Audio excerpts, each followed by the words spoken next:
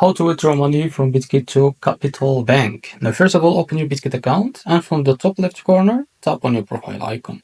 And after that, scroll down a little bit. Under the popular, you will see the P2P option. Now tap on it.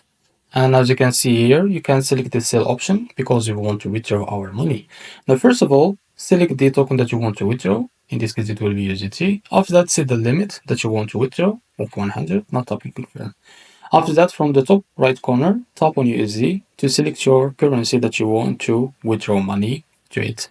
And after that, tap on method to select your bank. In this case, it will be the Capital Bank. After you find it, just tap on it. And as you can see, select one of these merchants to be able to sell your token to receive your money. Now, after you select your merchant, just click on it. And as you can see here, tap on go to settings.